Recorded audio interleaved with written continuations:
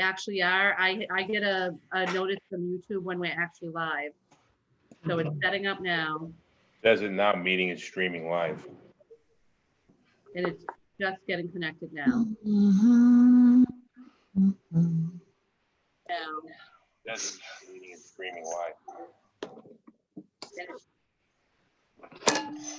Okay. We are now streaming live. I have Cheryl and Matt in the waiting room. Should I let them in first or do the pledge first? Let them in. Okay. Let them in. Yeah. Okay.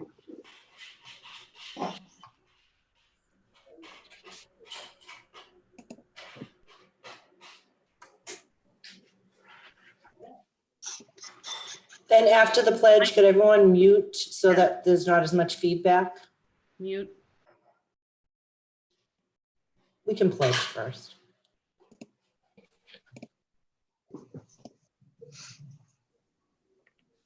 All right.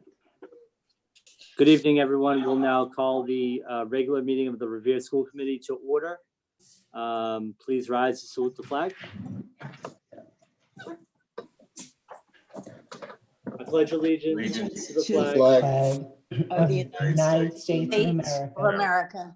And to the republic for which it stands, one nation, under God, indivisible, with with liberty liberty for all. and justice for all. Roll call the members. Mrs. Bronston Rizzo. Here. Mr. D'Ambrosio. Here. Mr. Ferranti. Here. Ms. Cravalisi. Here. Mr. Sinella. Here. Ms. Ty. Here, Mayor Arrigo. Here. We'll start with the superintendent's report. Dr. Kelly. Thank you, Mayor Arrigo. We have really just one update under the superintendent's report, which is a food services update from Food Service Director Cheryl Cole. And as you all know, the food service department has been doing just the most incredible job that I can even imagine. Our cafeteria workers, our volunteers who are working with them have been just amazing. And so Cheryl actually has a three-part report that she's going to share with us tonight. First, she's going to give an overview of the food services program in general over the course of the 1920 school year. After that, she's going to talk a bit about the difference since we've been in the school closure period for COVID-19. And after that, we're going to have a discussion about the community eligibility provision. And as you all know, this is something that we've talked about over the last several years as our percentage of students who have been directly certified through government agencies has increased. We're finally at the point where we think that we can have a sustainable program through the community eligibility provision. So Cheryl will take us through some of those numbers and go into more detail on all of those budget matters. So welcome, Cheryl. I am going to share my screen with the first part of your presentation. So bear with me as I bring that up. And everybody should be able to see PowerPoint now. Can you all see? Mm-hmm. Okay. Hi, everyone. Can everyone hear me okay? yes. Okay, I apologize. I am having trouble with the video connection on my computer. But I'd like to just talk a little bit about the program. And I'm hoping that everyone got a chance to review the presentation prior to tonight's meeting. The first slide, I am basically speaking from the heart. The past 9 weeks have been very interesting from a food service director's point of view. I can only imagine what the committee members have been through these past 9 weeks, but I can speak in terms of what my staff have done. The program, as we know, has made many changes throughout the past 9 weeks of service. We had to change quickly and adapt based on the needs of the community and the crisis of the pandemic as it was occurring. Diane, if you want to go ahead and just go through. I have some pictures here of our amazing staff, and I have to say that what we've achieved as a team and what they have done and adapted through the past 9 weeks of the transformation of the school meals program. um, there's so much to speak of. So if anyone is listening, thank you. If anyone views this later, thank you from the heart. And I know that I speak from myself as along with all the other community members. Where we are today is a program that is feeding approximately 1,400 meals per day. That has adapted again to the ever-needing changes of the program. When we started this program, all school sites were open, all employees were present, and it was one of the things that we had to put at the foremost was the safety, not only for the food service workers, but for the people that were receiving the meals as well. I have to thank Diane. Her leadership through all of this has been amazing. Thank you, Diane. I've learned so much through these past 9 weeks. I've learned about the team members, I've learned about the community, and I'm just very proud to be part of it. Where we are today is a program that has 2 distribution sites with what we now have of 18 employee teams. What we did throughout the transformation of the program was set it up so that not only the production sites, but the distribution sites could meet the demands of the program while observing social distancing and food service safety measures and all of those things being put in place. And again, through those transformations, the staff adapted with schedule changes and location changes and the health and wellness of themselves and their families. So much that they did to where we are today. So if we want to jump ahead to the next slide. This sort of is an overview of what happened up through the first 5 to 6 weeks of the program. As everyone knows, where we are now are those 2 distribution sites along with a production site at the Garfield School. The meal growth has been incredible throughout all of this. We have to thank other people who have been part of the outreach program, which is Doug Goodwin, the Revere Police Department, and other members who have started up not only a personal delivery program for some families that were not able to get out to the distribution sites. So for those people who still continue to assist us on a daily basis, thank you.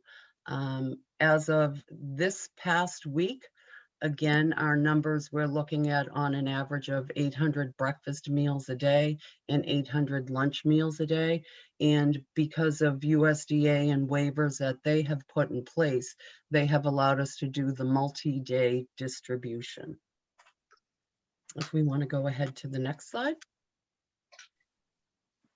Again, this is just an overview, but graphs kind of speak a little louder than words. Sometimes you can see the meal growth as it has occurred over the course of the program. We can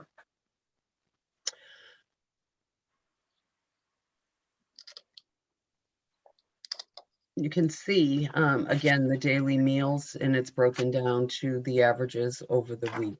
And I do have to say, we continue to grow. I do not know where the program will be in the next few weeks with people returning to work, but I can tell you this, that we are prepared and will adapt to the changes.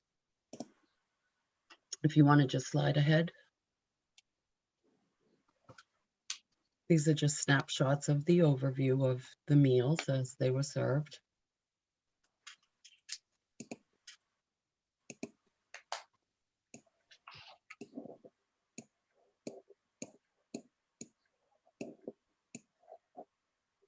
Just some of the postings that Revere Public Schools, so that everyone does know, we try to utilize social media.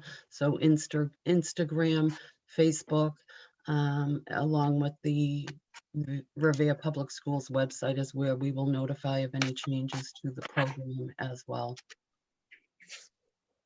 one of the things, one of these slides, and thank you to other departments also who helped as we transformed the meals to be able to be distributed in bulk packs of 4-day meals.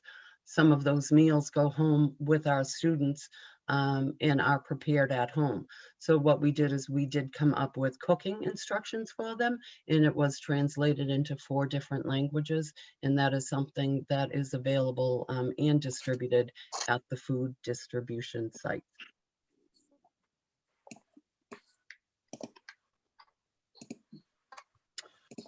So where we are now in the next steps, the waivers that USDA have put in place were extended through June 30th.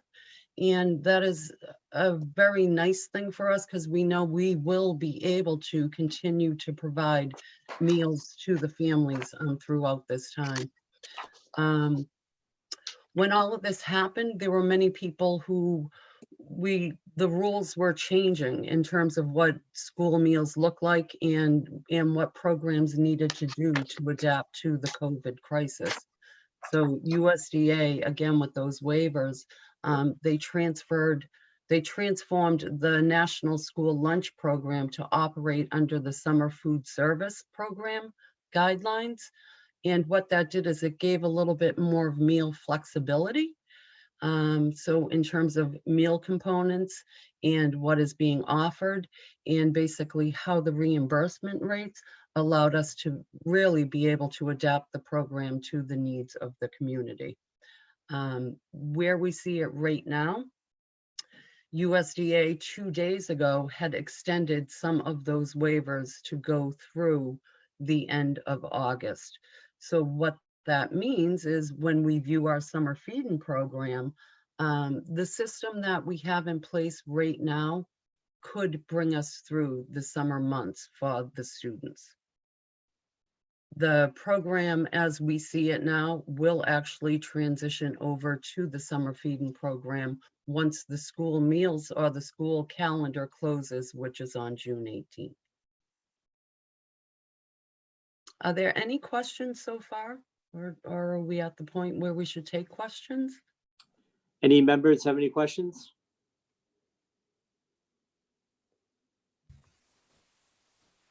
Okay. Cheryl, I'm going to switch to the other presentation on the food service program under COVID-19, correct? If we can just, there was one more slide, one more section on that last slide. I apologize. Okay. I- Sorry, it's tough to. You know what? Then Okay. we can just go on to the next one. That's fine. Nope, nope, because nope. No. Let me just share it again. Mrs. Rizzo, did you have a question? Well, no, I more of a comment. I want to just say, last month, Governor Baker announced a superhero school lunch day. And these women and men have been working so hard all year long, but especially the past few months. So it's almost every day is hero day with those people. They've adapted to all the needs that we've done. They've dealt with, they've been very patient having all these volunteers coming in and kind of disrupting things, but they've kept it nice and smooth. So all of it can get done. They even let us come in early because there's like 230 deliveries. So they've allowed us to come in early and get those all set up before families come for distribution. So they are truly, they've been my hero for the past few months, and I will appreciate everything they do for the rest of my life now that I see it firsthand. So thank you, Cheryl. Thank you to your group. I really appreciate all of it. Thank you. The last section that I wanted to talk about was because I kind of, where we are right now and what the program looks like even next fall is sort of unknown. I know one thing, we will be feeding the students of the community, but the impact on the program as it stands right now is a large drop in many features, not only meals, but operating expenses and things such as that. Where we stand as a district prior to this COVID crisis was a district who was struggling to meet that perfect figure where we could introduce community eligibility as an option as part of our school meals program. So throughout this crisis, unfortunately, there are many more families who are in situations that they have had to reach out for assistance. What that has done for us is increased our direct certification rate of students who now qualify for benefits. When that certification rate increased, it also has allowed us to be closer to the point where community eligibility provision is something that we can consider at this point for our program moving forward.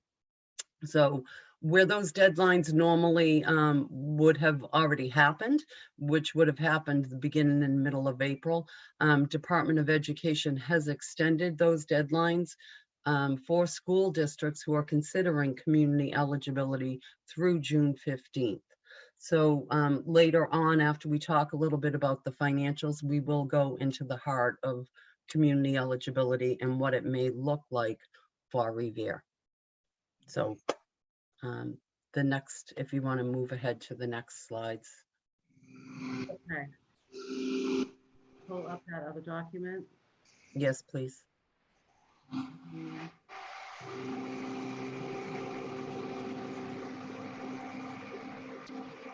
Stacy, is that?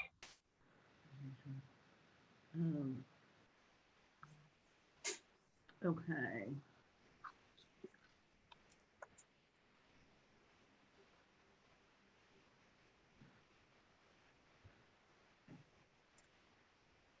So this PowerPoint presentation is really going to talk about the financials and the impact to the program.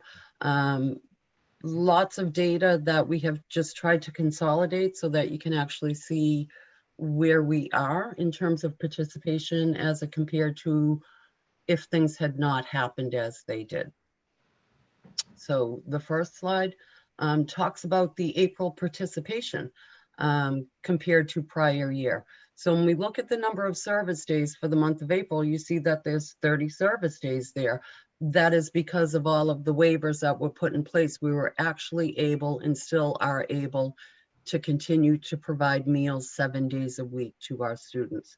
So when these numbers came in, it was obviously during the operating month of April. So you can see that our daily averages were in the low 600s, whereas those numbers right now on average are about 750 to 800 meals a day.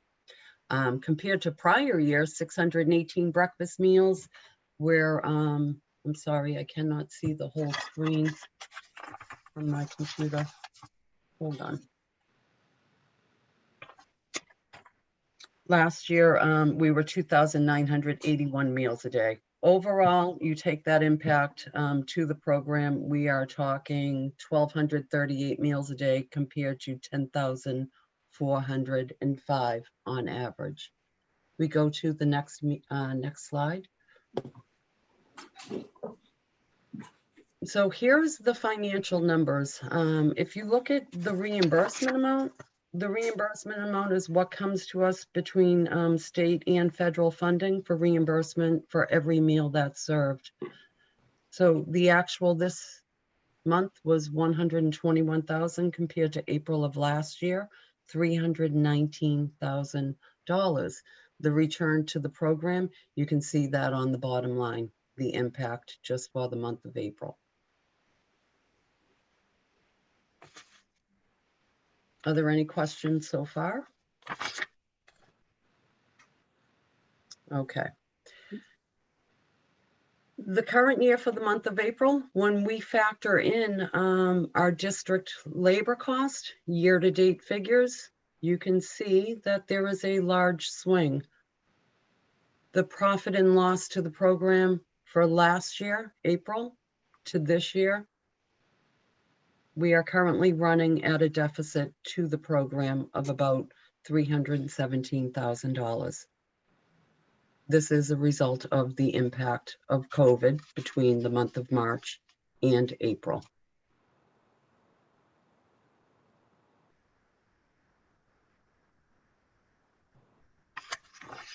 So Cheryl, I think here is probably a good place to ask if there are any questions from the committee now that they see where we are financially. Michael, school committee member Franti. You're muted, Mike. Okay.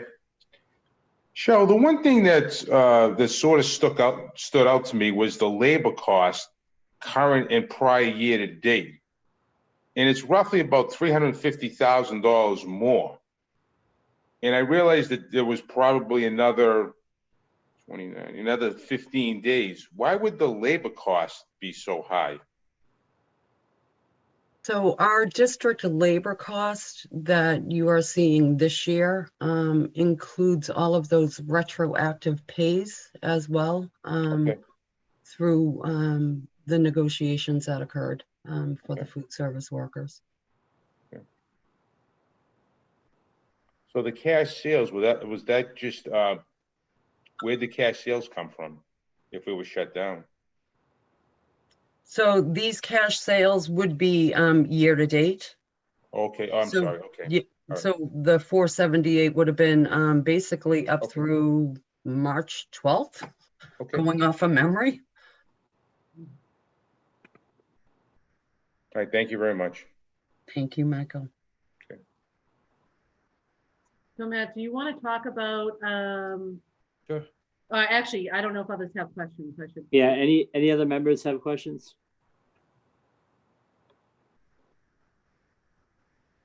Okay, Matt, you wanna Yep. jump in?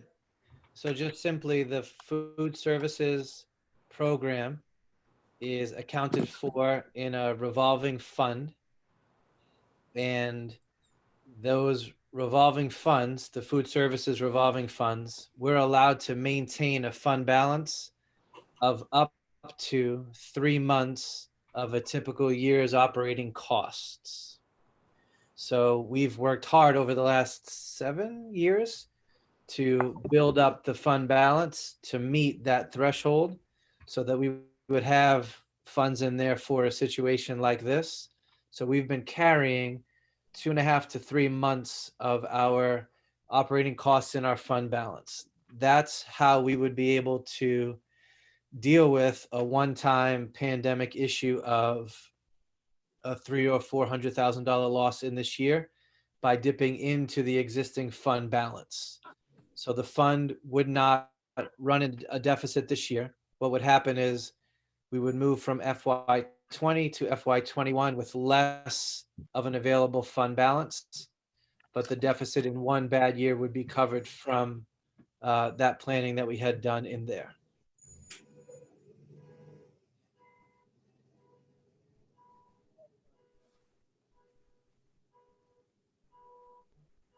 Okay, any members have any questions? Comments? Mr. Chairman, Mr. Franzi? thank you. Matt, you said we kept like 3 months of amount in the fund balance, because of what's happened. How much money's in there actually now? So depending on the day that you pull the snapshot, depending on the day that we made a payroll or paid an invoice or posted receipts for the month, Right. it will fluctuate anywhere between 1.2 and 1.4, 1.4.5 million. That would be at the top edge about 3 months of the $5 million annual program. So then if you back off 300 or 400, it's still leaving us with roughly 2 months of surplus to move into the next year. If we had an entire year, at this, then we'd be really digging into what we had saved. But with the settling of these things, it'll be, 3 to 4 to 425 that we have to deal with. That's why we have given you that report every August showing the fund balance is at the max that we're allowed to deal with either an investment opportunity or an unexpected situation like this. Thank you. It's something Any- that I'm thankful that we have right now, and I also anticipate that next year we're gonna need to use some of those funds in this way again. If we're not back to a regular routine school day, we're still gonna have to think about how we get food to kids who are not in school on any particular day. So, food for thought. Do we have any capital improvements planned for any of the schools this year? For the CAFs at all? Matt can speak to that. We did some of it earlier in the year. I don't know if Matt, you want to fill? We had a punch list that we were intending to do before June 30th. We've been doing anything that we needed to do. So there's no, oh, this is falling apart and we can't address it now. That's not the situation. But we had a punch list of things we would have liked to done prior to June 30th to keep our fund balance where it was. So Cheryl's done the work of soliciting quotes and putting a plan together. But in this case, we won't be able to pull the trigger on doing those for this June 30th. So there's nothing of emergency that has to be done then? Right? Nothing's in the current queue where we're saying, oh, this just came up. Okay. The two reasons we keep a strong fund balance is for investment opportunity or need or the unexpected. In this case, we'll be using some of it on the unexpected. So it's a much better situation than having run that just at a zero margin and then trying to find somewhere else to deal with a bump in the road. Thank you. And if I can just add, over the years, we continue to invest in the program, which is why we're really not in a situation of saying that something needs something immediately. Because of the condition of the program, we can invest in preventive maintenance. We had a lot of plans for our Garfield school this year, but as Matt said, all of that will be on hold. And we'll just keep it in for the future plan is what I hope.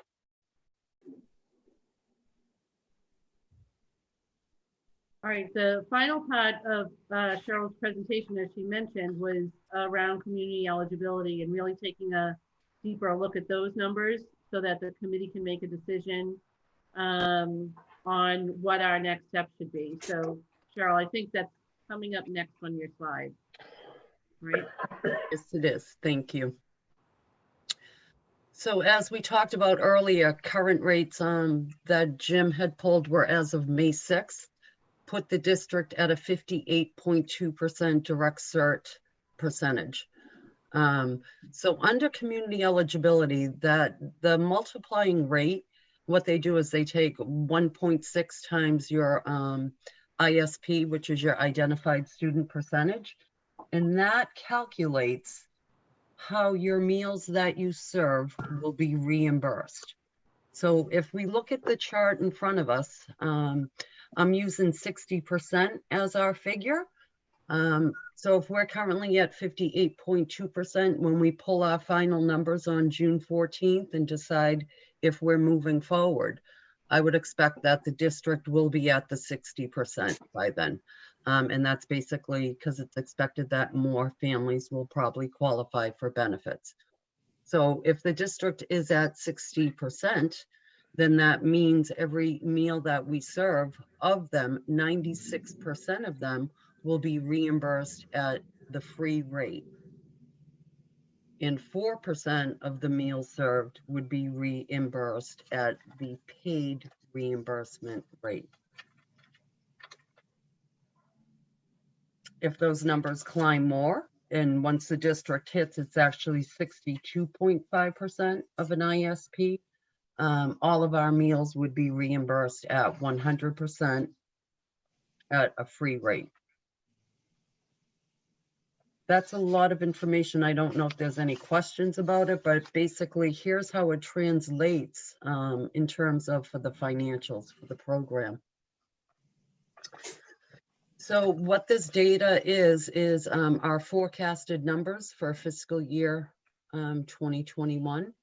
And based on the number of meals that were forecasted, our total meal income, if we were to stay with the program as it looks right now, our forecasted income would be $4,150,000. If we applied for community eligibility today and it went into effect for the next school year, if the district were at 60% and that same number of meals were reimbursed at the 96% free rate, we would receive a total meal income of $4,353,000. So right there in that snapshot, you can see the financial advantage to the program if community eligibility provision were to take effect. These numbers are also reflecting our current participation in our meals program. If community eligibility were put forward, I would expect that there would be some program growth, since all lunch meals would now be served to our students for free. We may not see that large of an impact in our breakfast program because, as everyone probably knows, our breakfast program is free and has been for the past 7 years district-wide. If our numbers, when we pull them on June 14th, if we can hit that 62.5% and 100% of our meals are reimbursed at the free rate, the impact to the program is another, what, $450,000 on top of the way the reimbursements would work with our current system.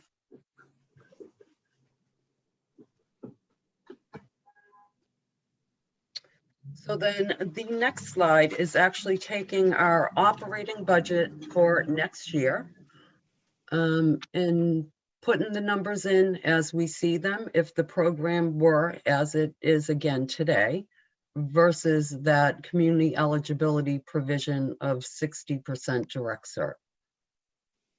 One thing I want to say is when we look at that left-hand slide for the next year's budget, those are based on this year's reimbursement rates. There is always an increase to state and federal reimbursement rates, which we would see on the bottom line of the program.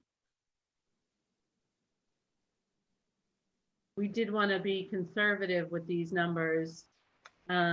Typically, Cheryl will tell you there's a 10%, there's been a 10%, 10 cent, sorry, increase per meal in previous years, but we don't want to assume that this year due to the fiscal crisis.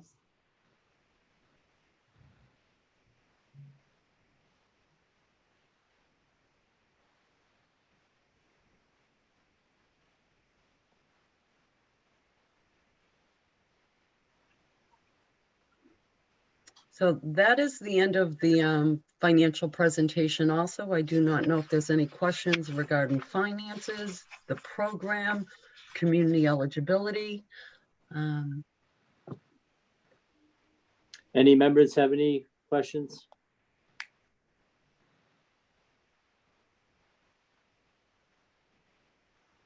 Mrs. Sinella? It You're looks like muted. Ms. Ty is speaking as well, but they're both muted. Okay.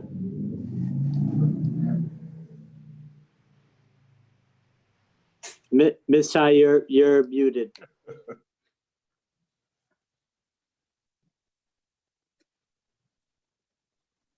Dr. Kelly, as the host, can you unmute them? Fred, okay, Fred. I'm unmuted. Okay, Brian? Yep. All right, the mention was on the summer feeding program. It sounds as though that's our program. I know that's the one at the playgrounds. So the figures we've been talking, is that a separate entity?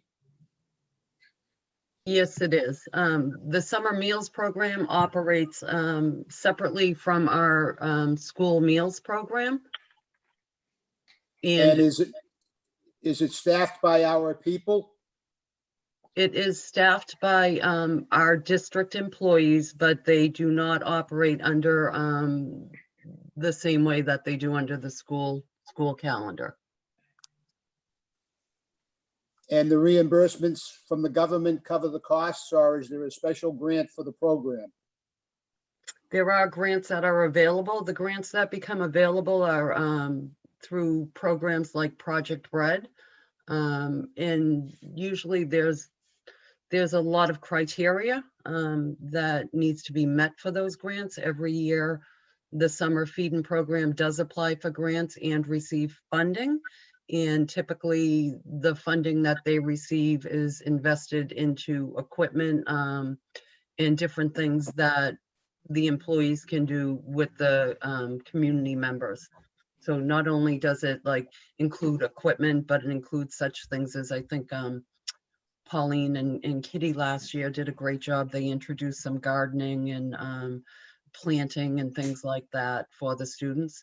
So those activities were present at our feeding sites through the summer feeding, and that was made available to us through some of that grant funding. All right, but on the end question is, it's at no cost to the school department. Like any other program, it's all about a balanced budget. Yep. Right. But there has been minimal expense to the school department for the last 2 years for the summer feeding program. It's cost us about $15,000 in each of the last 2 years. And Matt, I don't know if you want to speak to that and the funding source we use for that. Right. For the summer feeding program, we pieced together multiple funds. There's smaller grants, and then there's a reimbursement program with the state program. So we spend the money, and then we tell them how we spent it, delineate the costs and the enrollment or the participation, and then we get reimbursed on the back end. So we're putting the money out to run the program and then being reimbursed on the back end from the state. Okay, so the figures that we had received in Cheryl's presentation, the balance, the minus, the pluses, show nowhere on the summer program then. Correct. That's right. Okay, thank you.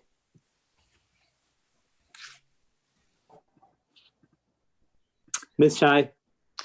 Well, I'd just like to make a comment about how proud I continue to be at watching the kind of service that our children, our families are getting from personnel in the Revere Public Schools. Cheryl, you've done a great job, and you've set a great example for everyone else. All the mothers and grandmothers who feed the children and their families who need whatever it is that they need. Great leadership from you, Mr. Mayor, from the superintendent. And it makes me very proud to be a Revere person. I see how many people have been out there working.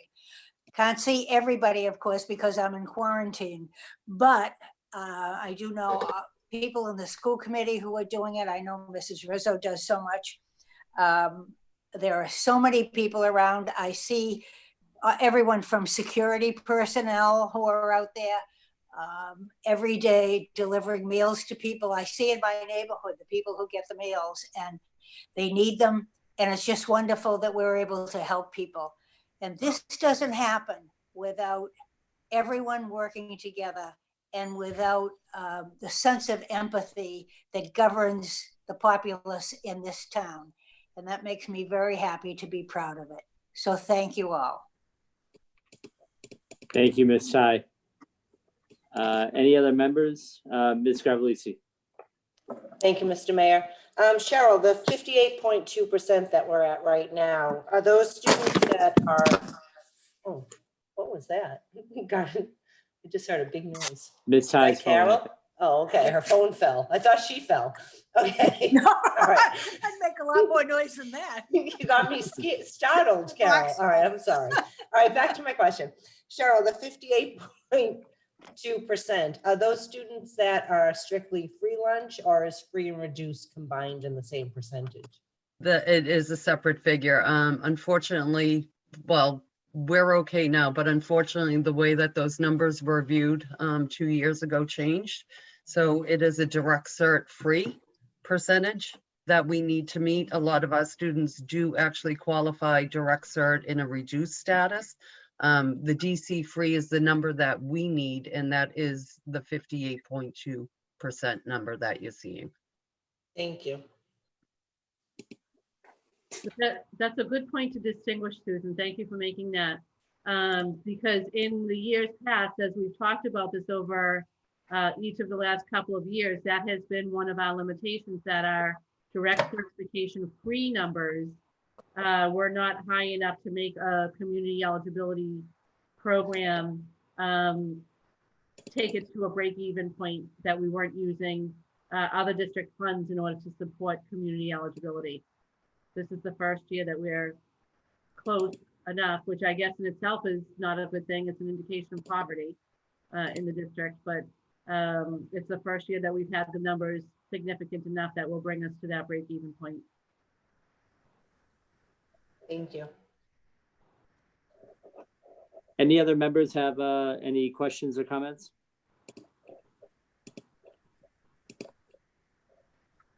Okay. Dr. Kelly, did you have any more for the superintendent's report? No, I mean, I'll just add just to quickly an update. The last time we met, I had given you the figures on the number of families that we had direct contact with. Mr. Cruz is waving goodbye, so I'll wave goodbye to him as well. And we've actually got that number down to just 33 families that we have not had a direct communication with. I'm really proud of that number. Our principals, assistant principals, and social workers, along with the help of our translators, have done a great job of really connecting as much as we can. To only be 33 people shy of 8,000, I think is a pretty impressive job. And one thing that we found when we have engaged with those families who we hadn't been able to connect with before is that the kids are engaging a lot more in the remote learning plan. So that's also a great thing. We're collecting data now. We've started to collect it over the last few weeks. We are at about 80% of the kids engaging in some way, but only about 50% are fully engaged and completing at least 60% of the work. So our school teams, teachers, everybody have been working really hard to focus on those kids that are not engaging enough, to increase their level of engagement, to make sure that more kids will be successful at the end of the year.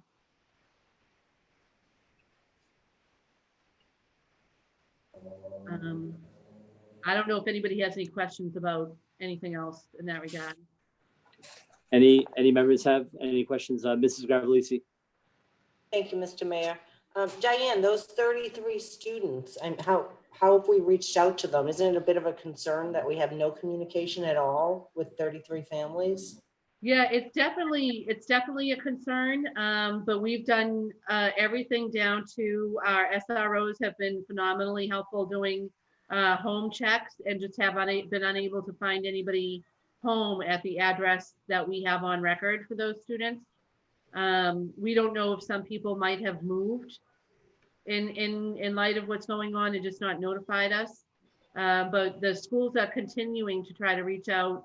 But we've done phone calls, we've done emails. As I mentioned, we've done home visits, and we're just continue to try to reach out through the friend networks, especially for the older kids. The administrative staff at the high school, which is where 30 of those kids are from, are now reaching out to friends of the kids to see if they know where they are, or if they've moved, or, you know. Right. Okay. Yeah. Yeah. I was just concerned, but if you've done home checks and there's no one at the address, yeah, they could have moved back, out of town. And I Thank you. have to give a shout out to Revere police officers and SROs who've been extremely helpful as well in all of this. And as I mentioned, 30 of the kids are high school age kids, so it might just be the case that they're working when we go to do the check. A lot of kids have taken on full-time jobs because they don't have to be in school in class, and they need to support their family. So we're continuing to try to figure out exactly where they are and account for them all. Thank you.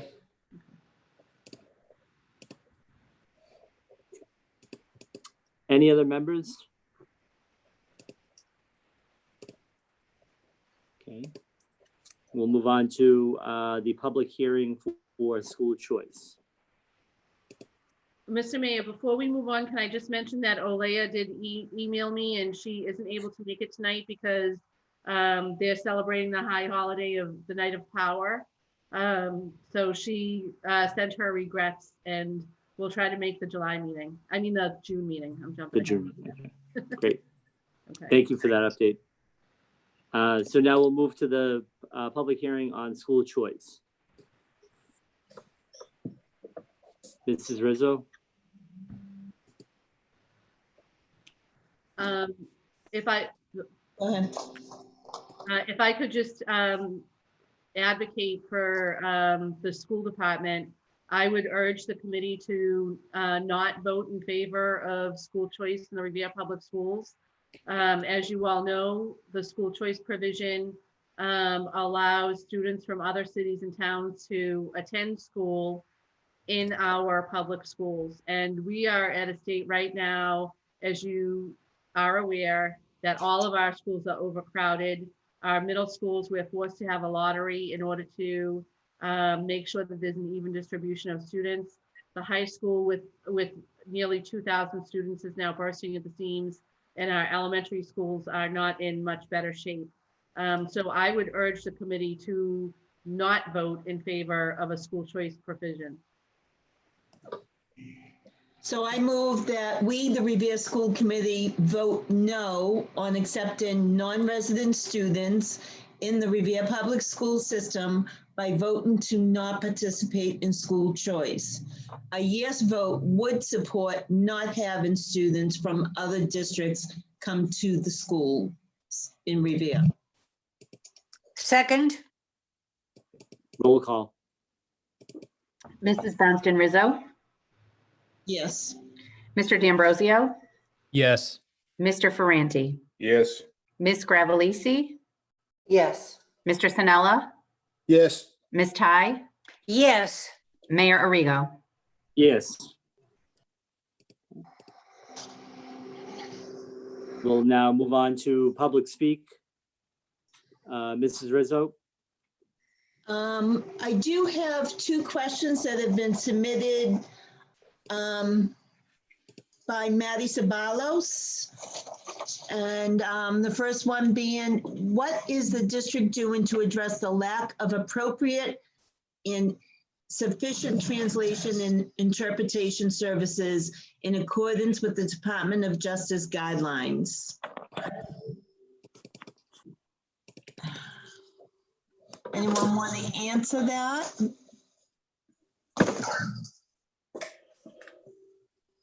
Diane,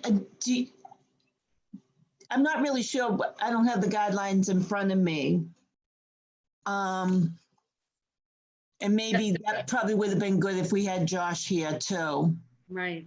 Mhm. And unfortunately, Josh wasn't able to make this meeting. Yeah, he has another one.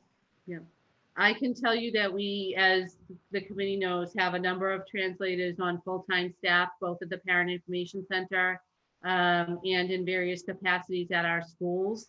We employ translational services that support each of the 4 major languages that our families speak at home. Those are English, well, English we're not translating, but we have Spanish, Portuguese, and Arabic. And we, as the committee knows, spend about $200,000 in translational services for IEPs and any other legal communications that we do with families. The funding that we spend to support full-time staff members is significantly higher than that. And that's so that we have folks on hand in case of an emergency who can communicate with families that don't speak English and don't have any resources at home, anybody who can translate for them. So we do have those provisions in place. I don't know if there's anything more I can say to that. Well, it's certainly something that we can look deeper into and make sure we're following all the guidelines.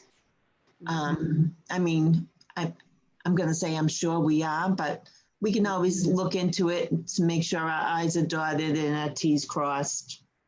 And it's definitely an area where we would love to have more support and more staff members. One of the things that we've made a conscious effort to do in our hiring practices is ensure that we are, whenever possible, we are hiring staff members that have language skill ability and are able to help with that communication piece. We've hired several social workers over the last couple of years who speak Spanish, and guidance counselors as well. We move whenever we can to hire teachers who are multilingual, so that they can support students in their native language. And it's something that we would like to do more of as a district. It certainly is a focus, and we do whatever we can, wherever we can. As we discussed earlier in this meeting, budget is a huge concern this year. And so I question our ability to increase our capacity in those areas given the current budget climate. Can I ask the mayor a question? Sure. Susan?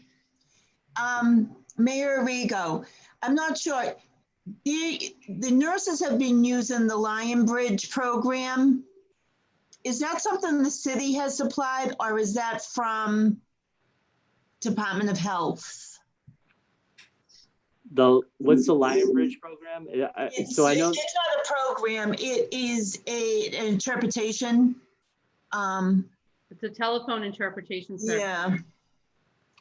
that they've been, okay, so I am not sure. I don't know the answer to that. Okay. But I can find out. I was just curious because I know of a couple of other districts that were using it, not in the schools, but they were thinking about it because everyone has raved how good it has been. So something I'd like to look into. Mhm. We have started looking into that, Stacy. We had looked into it when we contracted with a different group to do some interpretation translation services at our district meetings, but certainly we can pursue. Okay. Okay, the second question Maddie had was, will the school committee look into more secure platforms for their meetings in order to allow for public attendance? Several surrounding school districts have been successfully able to hold secure school committee meetings where the public is able to attend and speak. And I think she was referring to the Go to Me summit, Go to Me meetings. Go to meetings. Yeah. Because we had stopped allowing people to jump in on the Zoom meetings because of the security and some issues we had during the beginning stages. I mean, the time that we got Zoom bombed and there was pornography on the screen and. Right. And maybe the mayor can speak to this too. My understanding of the requirements for participation is that we make it possible for people to ask questions and have them presented in your school committee meeting. We've tried to achieve that goal by creating a new email address and placing that on all of the agendas so that if people have questions or comments, they're able to post them to that email and then we read them as we're doing right now. But Brian, I don't know if you have further guidance on that. No, that's correct. And I think one thing that that we're contemplating as we reopen is the ability for there to be live meetings. So I think that will be something that happens probably relatively soon, or some hybrid of live and using technology. So hopefully encouraging folks to be engaged in our meetings will be easier. Mm-hmm.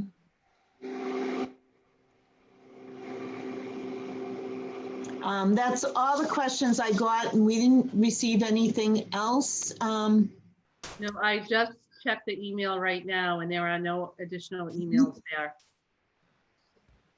That's nice. Susan, did you want to bring up some things? Did I want to bring up some things? Yes, about the meeting. Maybe Which one? maybe under report of subcommittees or. Your school committee interest, maybe?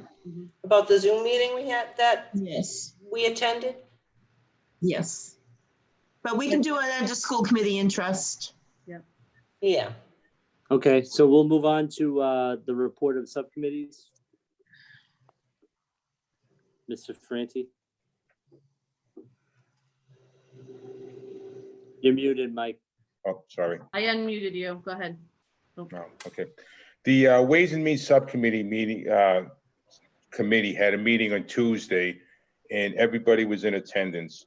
Myself as the chairman, Carol Ty and Anthony D'Ambrosio as committee members, Ms. Rizzo, Ms. Gravellisi, Fred Sinella, Dr. Kelly, Mayor Arrigo, Matt Cruz, Dr. McColba, Dr. Vidala, Dr. Garcia, and hopefully I didn't leave anybody else out.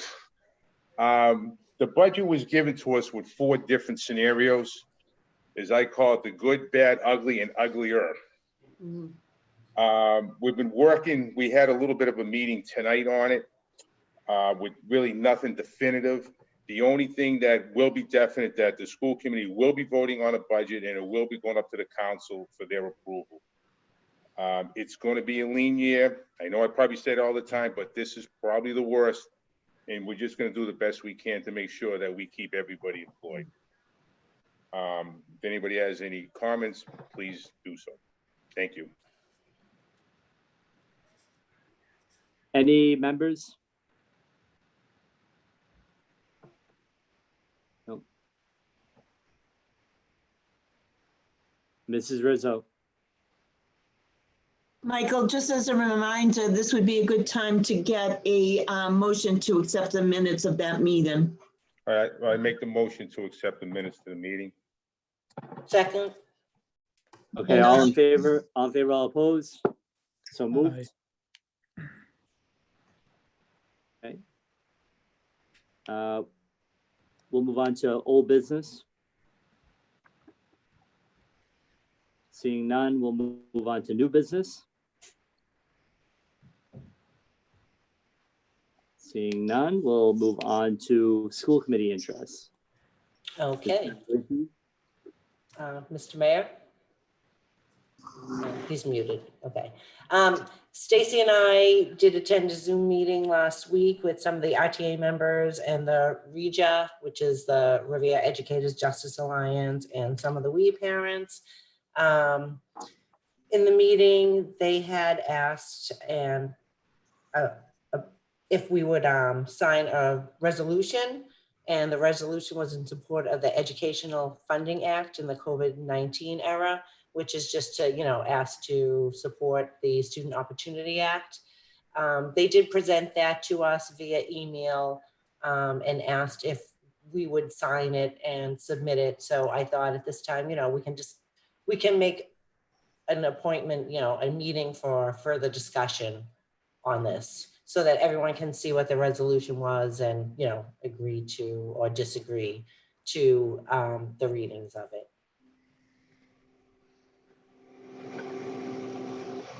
Any Mrs. questions Rizzo? regarding that meeting or, oh, Ms. Rizzo?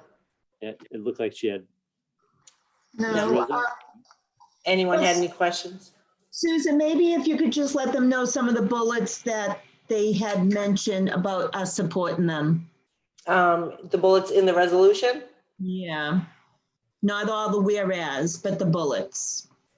Okay. In the resolution, the bullet points is, therefore, be it resolved that the Riviera School Committee support the following. Congress should, what? I don't have that. You don't have that? No, under the school committee supports the following. Congress And should approve. Congress should approve. Okay, That's what I was getting to, the bullets. I just wanted to read that. I'm zipping. Okay, I have to fix my glasses. The font is small. Congress should approve New Deal level funding for state and local governments in response to the economic crisis caused by this pandemic, raising revenues progressively if necessary to ensure that they can fulfill their obligations to educate our students. The second bullet point in the resolution is the Massachusetts legislature and Governor Charlie Baker should fund public education, pre-K through higher education at the level needed to maintain current staffing and services, fully fund the first year of the Student Opportunity Act, and enable students and our state's economy to thrive as we begin recovering from the pandemic. The third bullet point was our city should maintain its commitment to fully fund our public schools. So like I said, this was presented at that Zoom meeting and forwarded to Stacy and I and asked for the school committee support, where I told them, you know, we would schedule a committee of the whole where everyone could view the whole resolution and have discussion on it. So Carol, you're muted. Carol, you're muted. Carol, you're muted. Carol. Carol, you're muted. Unmute yourself. That must have happened when I ran out of juice. Oh, when you fell over. Well, as I said, I would have made a lot more noise. had it Well, happened. No, we got copies of that, I think through MASC. And this particular resolution was not signed by any organization. It wasn't signed by MASC. It wasn't signed by RTA or MTA. So that's why I thought, you know, everyone could view it. If you have something different, we could, you know, also compare that resolution that you received, as I didn't receive one. oh, you didn't? Oh, I'll send No. it out to you. Yes, was it signed by the MASS? Is that what you said? MASC. MASC, was it Then I signed think by? MASC sent it because of Boston. I'm not quite sure. Right, they did. Was it Yeah. signed by their members? I'm not sure what the connection was, because actually I have never seen them connected in a single email before, so I was a little surprised. Okay, I did not receive that one. Stacy, you did? Was that the same as You this know one? what? It was on the listserv, Carol. Pardon me? The Boston resolution was on the listserv. Yes, it was. Yes, so unless they sign up for it, they didn't see it. Oh, okay. But I did explain to the people that attended from the RTA that, you know, we would be more than happy to read their resolution because they wanted to share it with the public. But that normally in these cases, MASC and MASSS normally have their own resolutions that they submit also. Uh-huh. So, but I think I was under the understanding they were submitting this so that we knew what they were advocating for. Mm-hmm.